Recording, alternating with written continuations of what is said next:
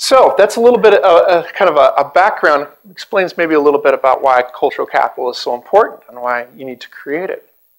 Now I want to jump ahead a little bit in history. What happens when you combine traditional family values with the hippie generation? What do you get when you put those two together? What do you get? George Bush? Okay. All right. Haven't had that answer before, but we'll go with that. You get yuppies. There for about 6 months, yuppie was actually a positive term.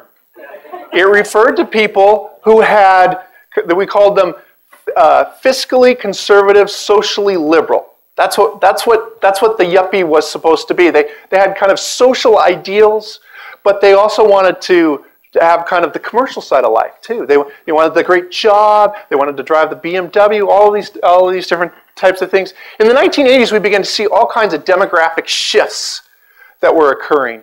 Dual income, no kids. We called them dinks, right? Yuppies. He worked on one coast. She worked on another coast. The mobility, everybody was moving around, all kinds of different things. In the 1980s, the hottest IPO was a company called The Sharper Image.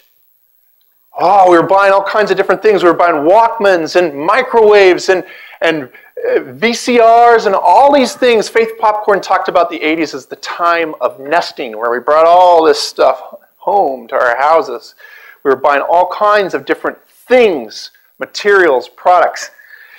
We began to spend much more time on the economic side of life. There was a movement, longer work hours. We had we had power meals, power exercise, power ties, status through things. There was this movement, this shift that was happening where we were moving over to the economic side of things. There was also a reduction in terms of cultural capital. People began to lose faith in traditional institutions, government, established religion. There was an increase in mobility that I talked about, corporate downsizing, a lack of a sense of place.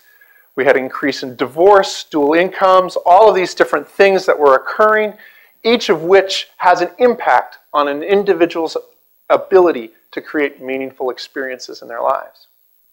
Each of which reduces the cultural capital that we have to exchange one with another.